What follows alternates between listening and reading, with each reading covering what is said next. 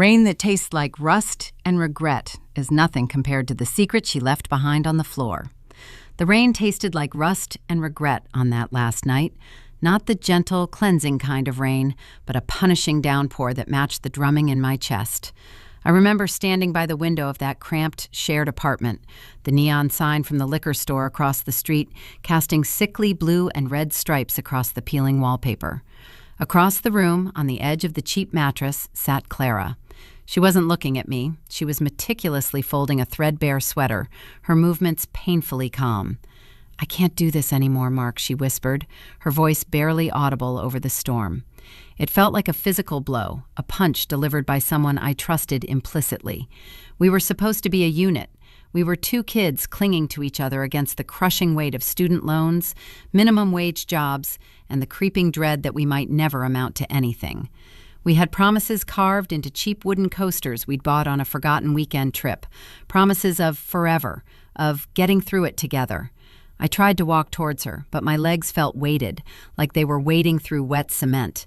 "Do what, Clara? What can't you do? We just need to hold on a little longer. The graphic design course is almost done.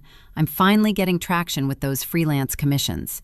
She finally looked up, and the emptiness in her eyes was a landscape I didn't recognize. It was a desert where our shared history used to bloom.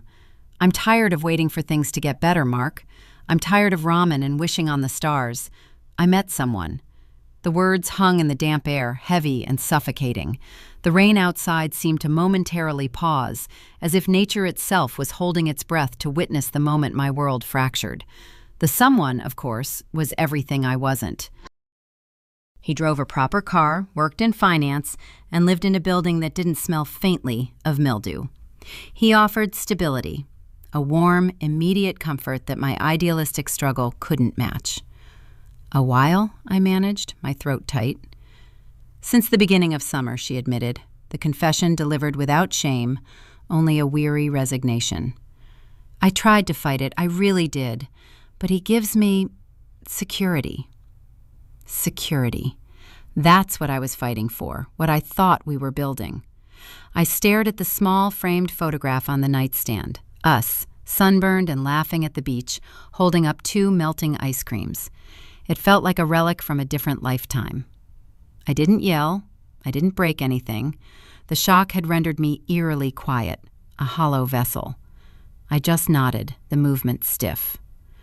"Okay, when are you leaving?" Clara stood up, smoothing down her jeans. She looked younger now, lighter, unburdened by the shared uncertainty we'd carried. She walked over to the closet, pulling out a worn duffel bag.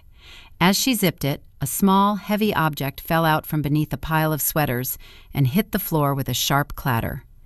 It was the cheap silver locket I'd bought her for our first anniversary, the one she always wore. She didn't even bend to pick it up. "I'm going tonight, my sister's place first," she said, avoiding my gaze again. "I already paid my half of the electricity bill for next month. You can keep my old laptop." And just like that, the woman who swore she loved me, the woman I planned to marry, was reduced to administrative logistics. I watched her walk towards the door, the sound of her footsteps echoing too loudly on the bare floorboards. She paused with her hand on the knob, her back still to me. "I'm sorry, Mark," she murmured one last time. Then she was gone. The slam of the apartment door resonated through the building, followed by the immediate, deafening roar of the returning storm. I stood there in the dim light, staring at the closed door, utterly alone. The silence she left behind, heavier than any argument. Days bled into weeks, weeks into months, defined by cheap coffee, unfinished design projects, and the constant dull ache of being utterly abandoned when the foundation of my life crumbled. I didn't hear from her again. Not a text, not a call, not even a social media acknowledgement. She simply erased me. Years passed. I rebuilt, slowly, painfully, brick by agonizing brick. I got the degree, I started my own small design studio, and eventually the scar stopped throbbing every time it rained. I even started dating again, carefully, slowly, convincing myself that the capacity for enduring love hadn't died with Clara. Then, Just as I was finally starting to feel truly settled, truly stable, a notification popped up on my professional LinkedIn account, an invitation to connect. The profile picture was flawless, professional, and undeniably her. Below the name, the title read, Executive Communications Director, Sterling and Shaw Ventures. I stared at the screen, my heart hammering a rhythm I hadn't felt in 5 years. Why now? Why here? Hesitantly, I clicked on the message request attached to the invitation. The preview text was short, formal, and utterly chilling. Mark, I need to see you. There's something about that night that you never understood, something I should have told you before I left.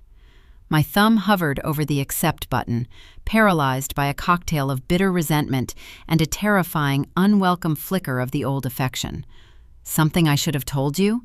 What could possibly justify 5 years of radio silence, punctuated by this carefully curated professional contact? It felt less like a plea for forgiveness and more like a calculated re-entry. I minimized the LinkedIn window, feeling an urgent need to scrub the digital footprint she was trying to stamp back onto my life. I pushed away from my ergonomic desk chair, the smooth leather squeaking in the quiet of my successful, self-made office. My studio was everything the old apartment wasn't: bright, organized, smelling faintly of fresh paper and success. It was a monument to survival, built on the ashes of her departure. I walked over to the floor-to-ceiling window overlooking the downtown core. The city lights glittered, indifferent to my sudden internal turmoil. Clara had left me for stability. Now, she was reaching out from the pinnacle of what looked like definitive success. Did she succeed because she left me, or did she leave me to pursue this version of success? The distinction felt vital, and I knew the only way to decipher it was to answer the summons. I reopened the message. The urge to respond with a cold, dismissive block was overwhelming, but the curiosity, that fatal human flaw, was stronger.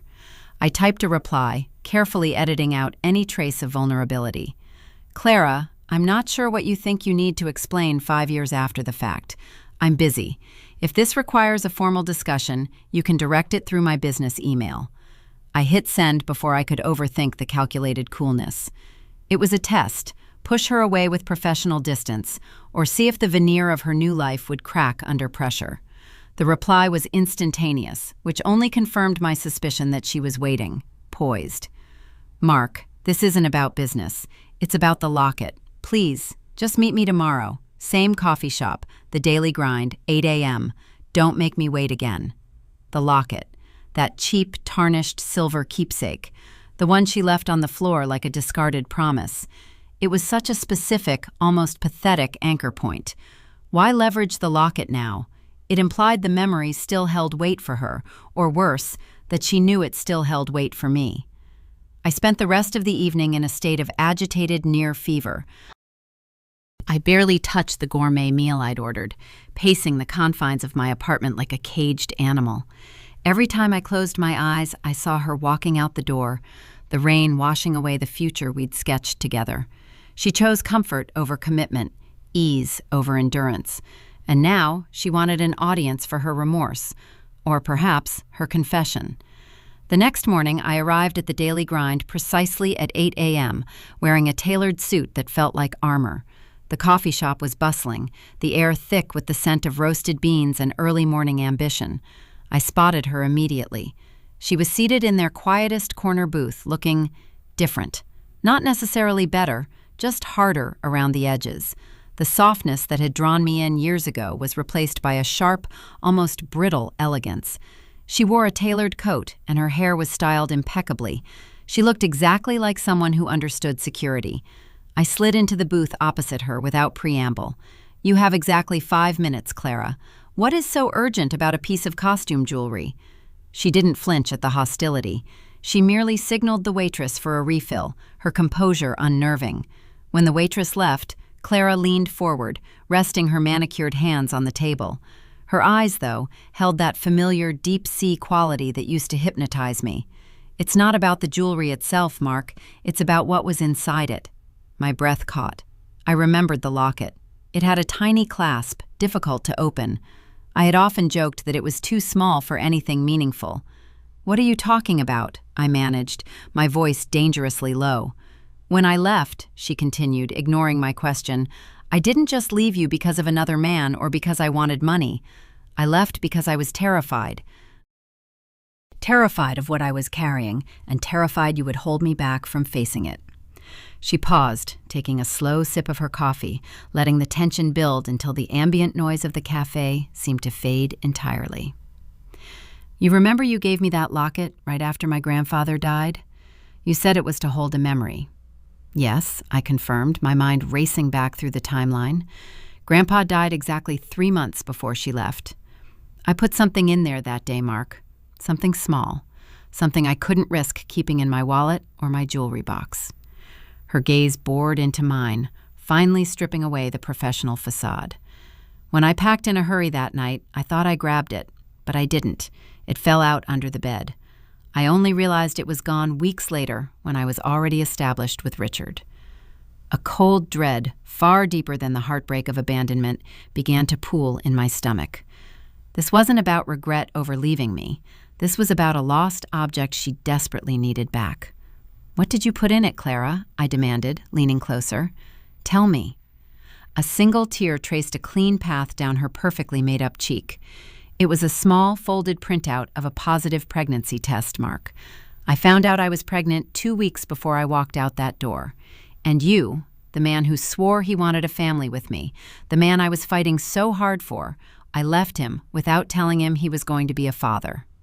The claim hit me with the force of a physical impact, stealing the air from my lungs. The world narrowed to the polished wood of the table between us and the stark reality of Clara's tear-streaked face. A child. My child. The possibility was so massive, so profoundly devastating to the narrative I had lived for the past 5 years, that my first instinct was to recoil, to dismiss it as the most elaborate, cruel manipulation imaginable. That's a lie, I heard myself say, the words thin and reedy, utterly unconvincing even to my own ears. You would never leave a child. You'd never withhold that. Clara didn't argue. She didn't defend herself with anger or indignation. Instead, she reached into her expensive leather handbag and pulled out a slim, sealed manila envelope. It looked official, weighty. She slid it across the table toward me, stopping just short of my coffee cup. I didn't withhold it because I didn't care. I withheld it because I was terrified of being a mother, terrified of failing at the one thing you wanted most. And Richard offered a way out, a clean slate. I convinced myself that raising a child alone while I was broke and desperate was a worse form of neglect than pretending it never happened. I know how monstrous that sounds. But the truth is, when I realized the locket was missing, I panicked. I assumed you found it, realized the truth, and then chose to let me go, to let me believe the lie that I just ran off with some financier. It was easier than facing the shame of abandoning you and our unborn baby. My mind was reeling, trying to reconcile the Clara who walked out, selfish, pragmatic, fleeing commitment, with this broken woman claiming 5 years of secret torment. So you thought I knew? I whispered, the implication of my own perceived complicity in her silence stinging sharply. You thought I let you walk away thinking you were abandoning me, when I thought I was being abandoned, all over a piece of paper you lost? Yes, she choked out, wiping her eyes furiously. And for 5 years, Mark, I assumed that child, our child, was safe, being raised by the man I ran to, because I couldn't face telling Richard I'd hidden a pregnancy from him too. But Richard and we separated 6 months ago. He didn't know either. And now I have no one to turn to. She pushed the envelope closer. That envelope contains everything. The DNA results from a private testing service I used when I was still with Richard, just to be absolutely sure. And a certified letter from the adoption agency I contacted immediately after you left. I never went through with the placement, Mark. I couldn't. I was too much of a coward. But the child was born. He was born a year after you walked into that storm alone. The air was thick with unspoken accusation and unbelievable revelation. A son. I had a son, a child I had never known existed, conceived in the frantic, messy love of those early years and hidden by the chaos of her flight. "What do you want, Clara?" I asked, my voice devoid of emotion now, replaced by a cold, terrifying focus. "You want forgiveness? You want me to accept this bizarre, tragic story as justification for 5 years of silence?" "I want you to see him," she pleaded, her composure finally shattering. "I need you to know who you are to him. The adoption was finalized last month. I never signed the final papers, but the agency considers the case closed unless the biological father steps forward with proof. The agency requires both parents to agree to release the file or one parent to sue for custody rights, which I can't do without admitting outright fraud to the courts about Richard." She took a shaky breath. "I'm giving you the choice, Mark. You can take the file. You can find him. Or you can walk away right now and never know anything more.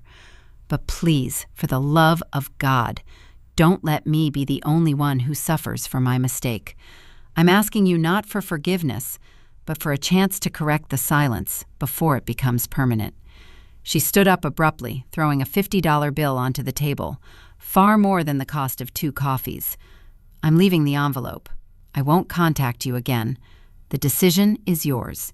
She turned and walked out of the daily grind without looking back, leaving me alone in the rising volume of the morning chatter, staring at the plain manila envelope that held the blueprint to an entirely different life. My hands trembled as I reached for it, my successful, organized world tilting violently on its axis. I carefully broke the seal and pulled out the contents. There were 2 documents, the DNA results, which looked damningly official, and a laminated photograph. It wasn't a test result I looked at first. It was the photo. A smiling, gap-toothed boy, maybe 4 years old, sitting on a bright blue tricycle. He had my eyes. And tucked behind the photo, folded meticulously small, was a handwritten note from the adoption caseworker that wasn't addressed to either of us, but simply stated the child's registered name, Ethan Mark. As I stared at the image of my son, a strange man in a tailored suit approached my booth from behind, his shadow falling over the table. I looked up, startled, to see a face I recognized from corporate gossip columns. A rival CEO, a known shark in the industry, whose company I'd been trying for 2 years to undercut on a major tender. "Mark, isn't it?" the man said, his voice smooth as expensive scotch. "Clara mentioned you. She said you were sentimental." "Good, because I need to talk to you about Ethan." The sudden appearance of the rival CEO, Victor Hayes, a man whose very presence spelled ruthless corporate maneuvering, was jarring enough to make me physically flinch. He wasn't supposed to be here. He was supposed to be in another state closing a merger. Yet there he stood, looming over my small table, his expensive cologne clashing violently with the scent of old coffee. "Excuse me?" I managed, quickly covering the photograph and the manila envelope with one hand, my heart slamming against my ribs as if trying to escape. "Who are you, and how do you know Ethan's name?" Victor Hayes offered a smile that didn't reach his eyes, a predatory glint that confirmed every terrible rumor I'd ever heard about his business practices. He slid smoothly into the opposite side of the booth, occupying the space Clara had just vacated, effectively trapping me. "Victor Hayes, and I know Ethan because I'm dating his adoptive mother," he stated, his tone casual, as if discussing the weather. "Clara didn't exactly use her maiden name on the adoption paperwork, did she?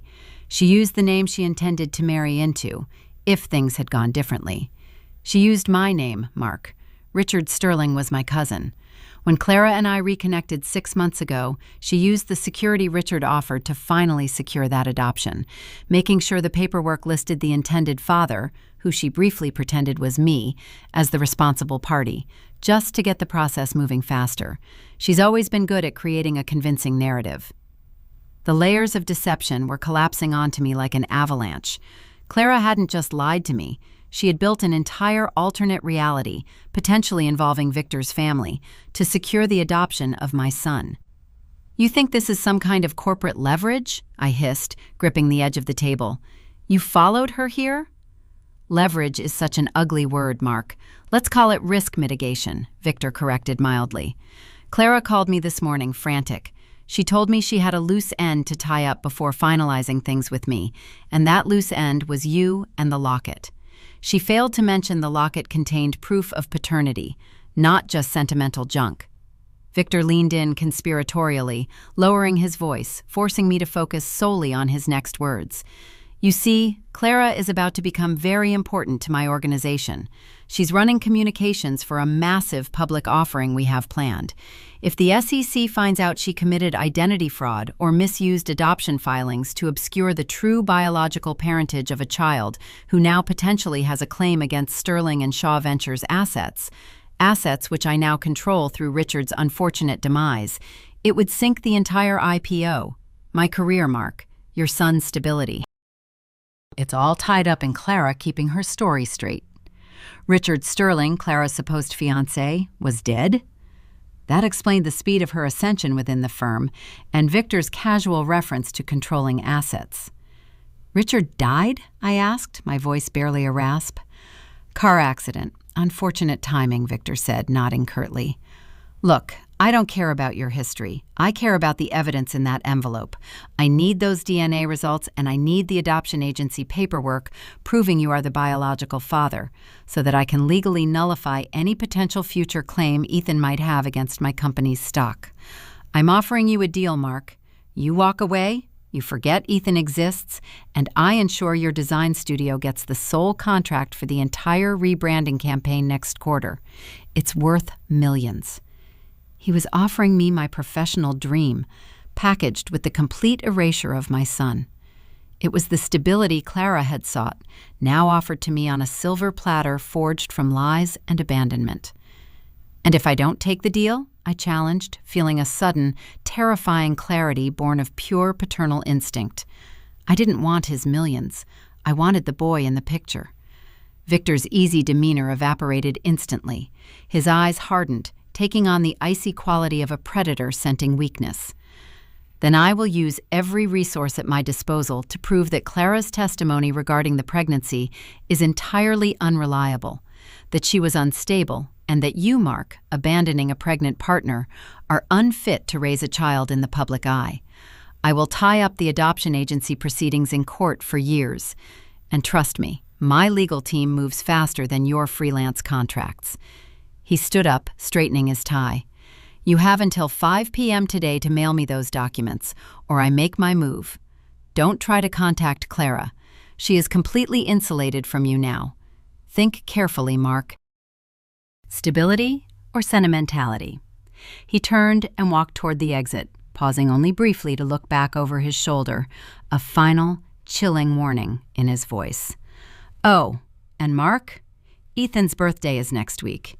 You might want to decide which side of the legal battlefield you want to be on when the celebration rolls around. He left me sitting there, the roar of the coffee shop returning, deafening now. I looked down at the photograph of the boy with my eyes, and then at the formal documents proving his existence. I had less than 8 hours to choose between the life I had painstakingly built and the son I had unknowingly created, knowing that Victor Hayes held all the cards to destroy both paths if I chose incorrectly. My phone buzzed. It was an unknown number. I answered on instinct. Hello? A panicked, strained whisper came through the line. It was Clara. Mark, don't listen to him. Victor is lying about Richard. Richard isn't dead. He's in federal custody, and I used the adoption paperwork as collateral for his bail bond, and Victor is trying to seize the child as part of the seizure of assets. Please, Mark, you have to get to the agency before 5 p.m., or they'll release Ethan's file directly to Victor's lawyers. Clara's panicked whisper was the final, decisive crack in the carefully constructed facade of my new life. The cold, calculated business arrangement Victor Hayes had offered instantly dissolved into the desperate, visceral fight for my son. Richard Sterling wasn't dead. He was in jail, and Clara had leveraged the most precious thing I possessed, the right to know my own child, as collateral. This wasn't about an IPO. It was about a rescue mission for a little boy named Ethan Mark. I didn't waste a second contemplating Victor's threats or Clara's dizzying web of deception. I snatched the envelope, shoved the photo into my jacket pocket, and sprinted out of the daily grind, ignoring the startled glances of the baristas. I didn't go back to the studio. I didn't call a lawyer. I called the only person who could move faster than Victor Hayes' corporate machine. My old friend, Leo, a brilliant but disillusioned former investigative journalist who specialized in digging up dirt on high-powered executives, the kind of dirt that gets people arrested, not just fired. Leo, I need eyes on the adoption agency, the Havenwood Group, right now, I barked into the phone as I hailed a cab, throwing the manila envelope onto the passenger seat. I need to know if any legal filings came in from Sterling and Shaw Ventures or Victor Hayes' personal counsel mentioning Ethan Mark's file. Slow down, Mark. What in God's name is happening? Leo's voice was instantly alert. Clara's involved. She lied about everything. Richard Sterling is alive, and Victor Hayes is trying to seize my son by leveraging adoption fraud. I need confirmation of any legal action against Havenwood before 5 o'clock. I gave Leo the details, the desperation lending a frightening clarity to my instructions.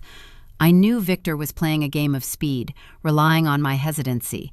But Victor had underestimated the one thing he couldn't buy or leverage, a father's raw, unadulterated adrenaline. The taxi ride across town was an eternity. Every traffic light seemed red, every lane slow. I kept picturing Ethan, that innocent, gap-toothed smile, about to be handed over to the wolves because his mother was too compromised and I was too late.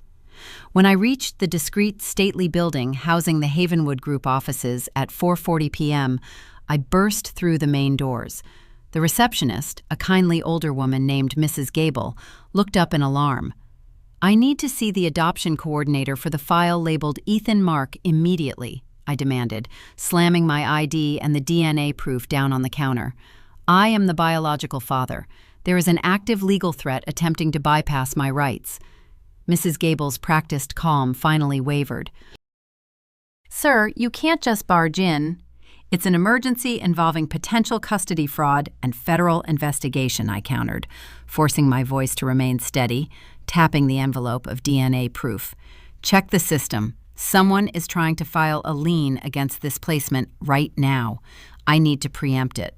She keyed rapidly into her computer. Her eyes widened. "Mr. Davies, you're right.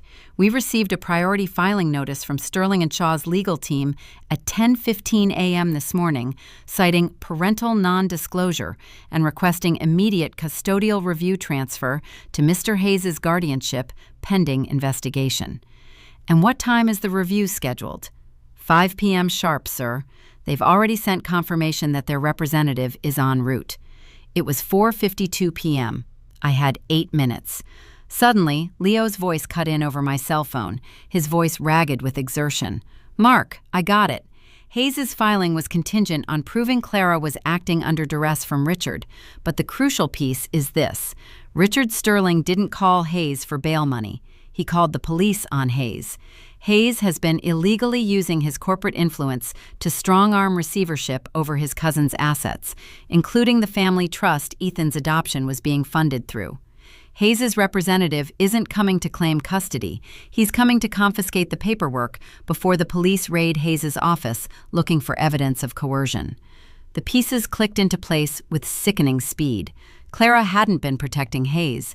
She had been trying to secure Ethan before Victor could use the adoption, which she clearly thought was legitimate, as a bargaining chip against a criminal enterprise. "Mrs. Gable," I said, my voice ringing with sudden authority that Leo's information had gifted me, "I am invoking my rights as the biological father, proven by the attached documents. I am not here to contest the adoption, but to secure the file from the party attempting illegal seizure. Notify your internal counsel immediately. Tell them Victor Hayes is under active federal investigation and that I possess evidence proving Clara's cooperation in documenting Hayes' fraud." It was a massive gamble, leveraging information I only had from a potentially compromised source, Clara's desperate phone call, but it was all I had. At precisely 4:59 p.m., the front doors opened again. It wasn't Victor Hayes, but a stern-faced woman in a severe navy suit carrying a briefcase marked Sterling & Shaw Legal. She headed directly for the reception desk. "I'm here for the Ethan Mark file transfer," she announced coldly. Before she could take another step, Mrs. Gable held up a firm hand. "Ms. Davies has already initiated the biological parent review process, supported by overwhelming evidence of third-party coercion. Furthermore, we have been advised that federal agents are en route to secure all relevant documents pertaining to Mr. Hayes' alleged financial misconduct. We are sealing the file for court preservation immediately." The lawyer's face went pale. The mention of federal agents, a possibility Leo had hinted at being imminent, made her hesitation absolute. She knew when the game shifted. I stepped forward, pulling the laminated photo of Ethan from my pocket. I held it up, not for the lawyer, but for myself. "This boy is my son, and I'm not letting him go." The woman, seeing the photograph and recognizing the sudden, unexpected power shift, lowered her briefcase slowly. She knew she was beaten by the very chaos Clara had created. I walked out of the Havenwood Group building into the late afternoon sun, clutching the real envelope, the one containing the proof of Ethan's existence and the evidence of Victor Hayes' criminality. I had the truth, I had the means to protect my son, and for the first time in 5 years, the pervasive sense of regret lifted. Clara had deserted me in my weakest moment, but in her panicked attempt to save what she thought was a fragile agreement, she had inadvertently handed me the key to the life I never knew I was missing. My phone rang again. It was Clara. I answered, bracing myself for the next accusation or plea. "Mark, did you get the envelope? Did you see him?" Her voice trembled with raw hope. I looked down at the photo in my hand, seeing not the woman who betrayed me, but the mother who, however misguidedly, had preserved a path back to her child. "I have the evidence, Clara," I said, my voice steady, laced with a finality that wasn't bitterness but acceptance. "And I saw him. Now you need to tell me everything. Every single lie you told, every detail about Richard, and most importantly, where you are right now. Because this isn't over. This is just where we begin, together or separately, to explain to our son why his parents spent 5 years running from each other."